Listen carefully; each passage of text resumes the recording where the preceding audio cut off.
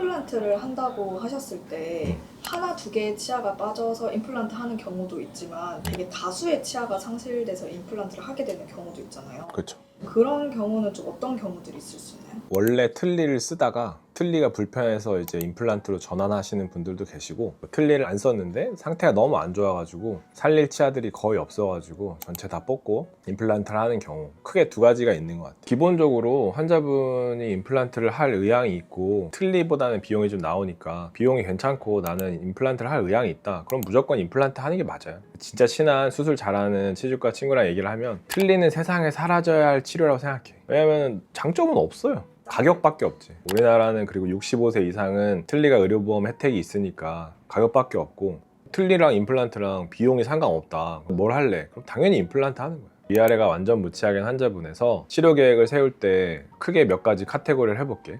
위아래 다 전체 임플란트, 그게 1번. 2번은 위에 아래 전체 틀니. 3번 위에는 전체 틀니, 아래는 임플란트 한 두 개 정도 심고 오버덴처 아니면 RPD 뭐 이런 식으로 하는 방법이 있어요. 그러니까 최악은 위아래 전체 틀니가 최악인 거예요. 왜 그러냐면은 위에 같은 경우는 여기가 입천장이 넓잖아요. 그래서 이걸 실링 된다고 하는데 그냥 이가 다 없다고 가정하고 틀니가 딱 들어가면은 음압이 딱 형성되면서 실링이 되게 잘 되는 경우가 있어요. 그럴 때는 틀니를 쓸 수도 있어요. 근데 아래 같은 경우는 여기가 이렇게 리치가 있잖아요. 아래 혀도 있고, 그다음에 혀가 틀니가 딱 들어가는데 혀가 왔다 갔다 하잖아요. 그럼 이 실링이 다 깨져. 그리고 여기가 이렇게 리치가 볼록볼록하게 있기 때문에 위에보다는 아래는 실링이 잘 안 돼. 그러니까 아래 전체 틀니는 그냥 치료를 하면 안 돼. 그건 없는 옵션이라고 생각해야 돼. 근데 만약에 환자분이 진짜 나는 경제적으로 안 된다, 아니면은 뭐 임플란트 수술을 하지 못하는 여건, 뭐 전신적으로 상태가 안 좋아서 그런 경우가 아니라면은 아래 전체 틀니는 저는 그냥 사라져야 될 치료라고 생각해요. 그러면 그 다음 단계로 비용적으로 좀 저렴하게 할 수 있는 건 임플란트 오버덴처. 그거는 임플란트 두 개를 심고 똑딱이 같은 걸 달아서 그래도 유지를 좀 할 수 있게 하는 거예요. 그래서 비용적으로 가장 세이브할 수 있는 건 위에는 전체 틀니, 아래는 임플란트 두 개 심고 똑딱이 같은 틀니, 오버덴처라고 하는데, 그게 이제 두 번째예요. 근데 그렇게 했는데 틀니가 유지는 잘 되는데, 예를 들면 여기가 어딘지 알죠? 여기 토할 때 딱 만지면 토하는 데잖아요. 그러니까 이 틀니가 들어가면 어르신들이 토할 것 같다고 하시는 분이 많아. 구역 반사가 너무 심해. 그래서 좀 갈아드리는데 갈다 보면은 실링이 깨져요. 그럼 틀니 유지가 안 돼. 그래서 어른들 중에서 나 못 해먹겠다 이러고 임플란트 해줘, 이런 분들이 이제 그런 이유들이 있어요. 그러니까 위아래 전체 틀니는 최악이고, 위에 전체 틀니에 아래 임플란트 한 두 개 심어서 오버덴처 하는 거는 그래도 환자분들이 견디실 수 있으면 할 수 있어. 근데 이제 이거의 단점은, 틀니의 단점, 위에 틀니 같은 경우에 전체적으로 이렇게 면을 덮고 있잖아요. 그러면은 밥을 한쪽으로 먹으면 한쪽이 실링이 깨져요. 밥을 먹을 때 양쪽으로 먹어야 돼. 한쪽만 먹으면 떨어져. 근데 우리 사람이 양쪽으로 밥 먹는 사람은 사실 별로 없거든요. 왼쪽으로 좀 먹다가 오른쪽으로 먹다가 왼쪽으로 하는 그런 것들이 계속 실링을 깨는 이유라서, 틀니를 잘 적응하시는 분들은 하시면 되는데, 틀니가 적응이 너무 힘들고 토할 것 같고, 그 다음에 뺐다 꼈다 해야 되고 관리가 어렵고, 틀니라는 거는 한번 만들면 처음에는 좋아. 근데 시간이 지나면 지날수록 치조골이라는 거는 치아가 없으면 뼈는 흡수되거든요. 그러니까 틀니가 처음엔 잘 맞다가도 틀니는 모양이 그대로 유지되고 있는데 안에 뼈는 점점 사라지니까 틀니가 또 안 맞기 시작해. 그 다음에 유지력이 떨어져. 치조골이 점점 사라지면 사라질수록 평평해지면 틀니가 유지가 될 수가 없어요. 그러면은 이제 그때는 처음에 잘 적응하셨던 분들도 몇 년 지나가지고 나 이거 못 해먹겠다, 틀니 못 쓰겠다 이러는데, 그때 와서 이제 또 하려고 그러면 뼈가 없어서 이제 힘들어져. 그러면 최고 추천하는 방법은 위아래 다 임플란트 할 수 있으면 임플란트가 제일 좋죠. 근데 어떤 사유에 있어서 뭐 골다공증 주사를 너무 많이 맞았거나, 아니면은 지금 뭐 항암 치료를 하고 계시거나, 뭐 전신 변력이 안 좋아가지고 틀니를 못 하겠다, 당뇨가 너무 심하다, 그러면 임플란트를 하는데, 그 경우에도 그나마 나은 거는 위에 전체 틀니에 아래는 임플란트 한 두 개 정도 하시는 게 낫다. 위아래 전체 임플란트를 한다고 했을 때 28개 다 임플란트를 심어야 되는 거예요? 그럴 필요는 없어요. 보여드릴게요.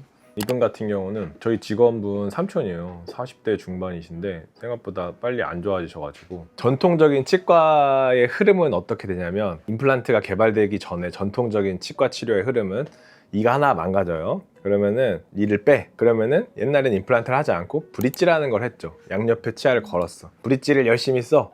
브릿지가 망가져요. 브릿지를 빼. 그러면 부분 틀니를 하게 됩니다. 부분 틀니를 해서 걸어. 부분 틀니를 하면은 부분 틀니를 거는 지지대 역할을 하는 치아들 있잖아요. 걔가 지렛대 역할을 하거든. 만약에 치아 한 4-5개가 28개 역할을 한다고 생각해봐요. 얘가 걸려가지고 막 계속 써. 그럼 얘네들이 부하가 가겠죠. 나중에 걔네를 빼. 그 다음에 전체 틀니를 가는 거예요. 그게 치과의 악순환의 그 흐름, 전통적으로 임플란트가 없을 때. 왜냐하면은 과부하가 가면, 치아 로딩이 가면은 걔네들이 흔들리니까. 임플란트가 나타나면서 그게 악순환이 깨진 거죠. 그냥 없어진 데만 해결을 하면 되니까. 어쨌든 이분도 부분 틀니를 쓰다가 여기 치아들이 과부하가 걸리면서 더 망가진 거예요.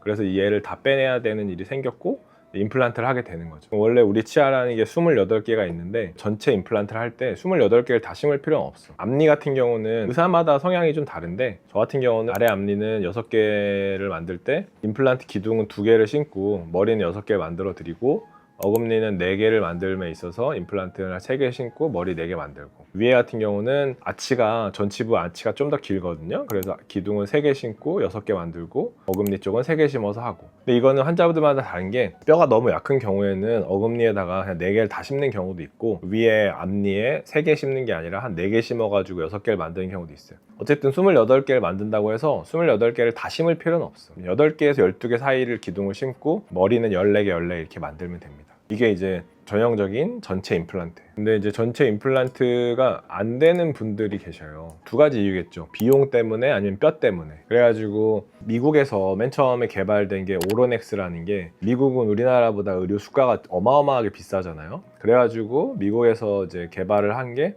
오로넥스라는 건 오로넥스라는 건 4개를 심어가지고 머리를 다 해결을 하는 거예요. 근데 이제 이건 틀니랑 임플란트랑 약간 하이브리드 같은 거예요. 그러니까 임플란트 4개 심고 위에는 고정형으로 약간 틀니같이 생겼는데 되게 작아. 아무튼 그런 식인데 보여드리면 미국 사람들이 치료하는 오로넥스 방식은 되게 독특해요. 우리나라 의사들은 이런 식으로 잘 심지 않는데 임플란트를 이렇게 4개를 심어요. 우리나라 사람들은 이렇게 똑바로 원래 치아 있는 대로 하는데 그 이유가 저는 맨 처음에 이 신경관을 침범하는 게 겁나서 이렇게 심는다고 생각했는데 이 오로넥스라는 걸 처음 개발한 사람의 주장은 이런 식으로 심어야지 토크가 더 부하가 적대. 결과물을 먼저 보여드릴게요. 이런 식으로 4개를 심어서 14개씩을 회복을 하거든요. 이런 식으로 해야 하중 부담이 더 적다는 게 약간 이론적으로 증명이 됐대. 그래서 미국 사람들은 이런 식으로 많이 심습니다. 처음 봤을 때 좀 충격이었거든요. 제가 미국에서 치과의사 하는 제 친한 친구가 오로넥스를 많이 하는데 그 친구가 엑스레이를 보여줬을 때 저는 처음에 깜짝 놀랐어. 뭐 너 신경관 때문에 위험해서 그러냐? 그런 게 아니래. 그냥 로딩이 적게 하기 위해서 이쪽으로 간다는. 근데 미국에서는 이렇게 많이 해요. 왜냐면은 임플란트 개수가 늘어나면 미국에서 비용이 너무 비싸고 두 번째로는 한국 사람들보다는 미국 사람들이 악력이 적어요. 식습관이. 그래서 저렇게 4개 정도 심었을 때 별 탈이 안 난대. 미국 사람들은. 근데 한국 사람들은 배추김치를 먹어야 되고 막 깍두기도 먹어야 되고 고기도 질긴 거 맨날 먹어야 되잖아. 저런 식으로 했을 때 저거를 하중을 못 견디는 사람들이 있을 거라고 생각해가지고 우리나라에서는 이걸 많이 안 했어. 임플란트 자체도 한국이 미국보다 훨씬 저렴하기 때문에 사실 저렇게까지 할 필요는 없어. 효용성 측면에서. 우리나라에서 가장 비용을 그러면 줄이려면은 원래는 어금니가 큰 어금니가 2개잖아요. 근데 그거를 이제 예를 들면은 뭐 한 10개를 심어가지고 치아를 14개를 회복하는 거를 한 6개만 심어가지고 치아를 12개를 회복하는 경우도 있어. 맨 뒤에 어금니를 그냥 안 하는 걸로 해서. 어쨌든 오로넥스는 이런 방식인데 저도 비슷하게 오로넥스 같은 비슷한 방식의 치료를 한 적은 있어요. 이분이 뼈가 너무 상태가 안 좋았어. 보시면 이게 이제 처음 오셨을 때 상태고 아래도 예전에 임플란트를 4개를 심었고 보시면 한국 사람들이 임플란트를 4개 심으면 똑바로 심잖아요. 아까 그렇게 삐뚤게 안 심잖아. 우리나라 의사들은 그런 거는 아직 받아들이지 못하고 있어. 어쨌든 이렇게 한 다음에 위에 틀니 쓰고 있었는데 틀니 너무 아프고 불편하다. 여기 다 헐어가지고 좀 전신적으로도 건강도 좀 안 좋으시고 해서 이거 틀니 잇몸이 너무 헐었다. 왜냐면 플라스틱이 잇몸에 계속 됐는데 이게 약간 알러지 반응 같은 것도 있고 막 붓고 헐고 아픈 경우들이 있거든요. 그래서 이거 임플란트를 하고 싶다 오셨는데 뭐 비용이 상관이 없고 개수 많이 해도 된다고 했지만 뼈가 너무 안 좋았어요. 그래가지고 임플란트를 4개만 심었고 임플란트 4개 심고 이렇게 보철을 해드렸어요.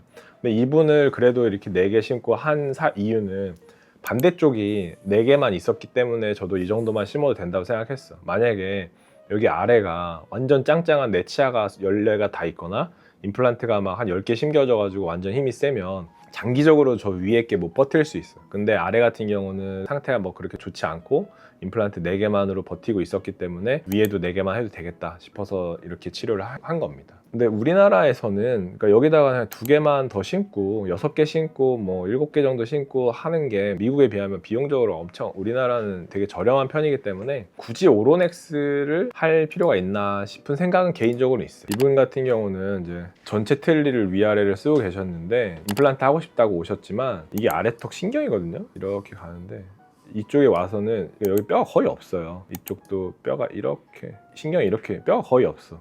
그래서 여기다가 뭐 미국 방식으로 하면 오로넥스를 이렇게 하겠는데 뭐 그랬을 때 큰 효용성은 없을 거라고 생각했고, 그 다음에 이거 진짜 잘못하다가는 이렇게 뼈가 얇은 분들은 앞니 심으면 뼈 부러지는 사람도 있거든요. 근데 그렇게 해서 환자분한테 뭐 위에는 한 6개만 심고 아래는 부분 오버덴처로 가자 해서 진행을 하고 있어요. 그래서 결과는 위에는 고정식으로 하고 계시고 아래는 뺐다 꼈다 똑다리 단추 달린 오버덴처를 쓰고 계셔. 뼈가 없어서 못 하시는 경우들도 있어. 이분 같은 경우는 이제 위에는 틀니를 쓰고 있었고 아래는 틀니가 없는데 너무 이제 임플란트 하고 싶다 이렇게 오셔가지고 위에는 그냥 완전 무치하게, 아래는 몇 개 안 남았죠. 그래가지고 아래 먼저 심고 위에 여기는 심고 여기는 상악동 거상술 하고 이런 식으로 해놓고 다음에 위에 또 심고 그래가지고 결국에는 완성하고 지금 식사 잘하고 계시거든요. 이런 식으로 전체 임플란트를 할 수 있으면은 안 할 이유가 없다. 이게 제일 좋다. 근데 어떤 사유에 있어서 비용 때문이건 아니면 전신병력 때문이건 못하면 틀니를 할 수밖에 없는데, 그렇다 하더라도 위에는 전체 틀니, 아래는 한 2개는 심어서 똑딱이 단추 같은 걸 다는 오버덴처나 아니면 뭐 부분 틀니 방식으로 하든 그렇게 해야 환자분들이 식사를 잘 할 수 있어요. 그럼 전체적으로 이렇게 임플란트를 심었다고 했을 때 하나, 2개 심었을 때랑 다르게 관리를 해줘야 되는 부분들이 기본적으로는 똑같아요. 임플란트가 내 몸에 들어가면 양치질 열심히 하셔야 되고, 그리고 전체 임플란트는 특히 더 그런데 이 보철물이 쭉 연결돼 있거든요. 한 크게 3세트 정도로 연결돼. 이렇게 한 세트 연결되고 이렇게 한 세트 연결되고 이렇게 한 세트 연결되거든요. 그러니까 이 치아 사이사이에는 음식물이 끼는 게 덜한데 임플란트랑 임플란트 요 사이 있죠. 여기에는 음식물이 잘 끼는 경우가 있어. 그러니까 이분들은 치간 칫솔을 진짜 열심히 하셔야 돼요. 1-2개짜리 임플란트보다 전체 임플란트 아니면 임플란트 개수가 좀 많으신 분들은 치간 칫솔을 진짜 잘 쓰셔야 됩니다. 그리고 임플란트의 좀 무서운 점은 내 치아는 감각이 있기 때문에 문제가 생기면 아픈 걸 내가 인지를 하거든요. 근데 임플란트는 감각이 없기 때문에 문제가 생겨도 내가 탈이 안 나. 내가 못 느껴요, 감각적으로.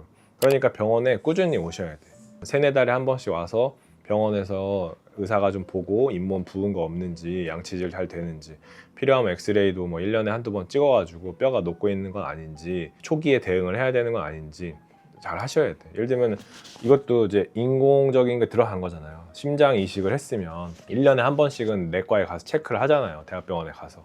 이것도 내 이식을 한 거니까 최소 1년에 1-2번 이상은 병원에 오셔가지고 체크도 하고 청소를 하셔야 돼요. 그런 댓글도 있더라고요. 전화 임플란트 수술하는 영상들 보면 그냥 무서워서 틀니 쓸래. 그거는 완전히 그냥 안 맞는. 왜냐면은 그런 분이 계셔서 실제로 무서워서 나 틀니 쓸래 하고서 어금니 쪽은 임플란트를 안 하고 그냥 앞니 쪽만 치료하고 부분 틀니를 만들어 드렸는데, 나 무서워서 틀니 쓸래 했다가 한 2달을 못 버티셨어. 2달 뒤에 야, 나 이거 못 해먹겠다, 그냥 임플란트 할랜다. 내가 돈이 없어서 그런 게 아닌데 나 무서워서 그랬는데 그냥 임플란트 해야지, 못 해먹겠다. 틀니를 한 번도 안 써보신 분들은 틀니를 안 쓰시는 게 낫습니다. 지금 기준으로 이미 나는 틀니를 좀 몇 번 썼어. 그런 분들은 뭐 틀니를 새로 하거나 뭐 수정하거나 아니면 오버덴처로 가거나 하는 걸 받아들이는데, 현재 기준으로 나는 인생에서 틀니를 한 번도 안 써봤다, 그런 분들은 굳이 안 쓰실 수 있으면 안 쓰는 게 낫습니다. 그거 적응 못 해요.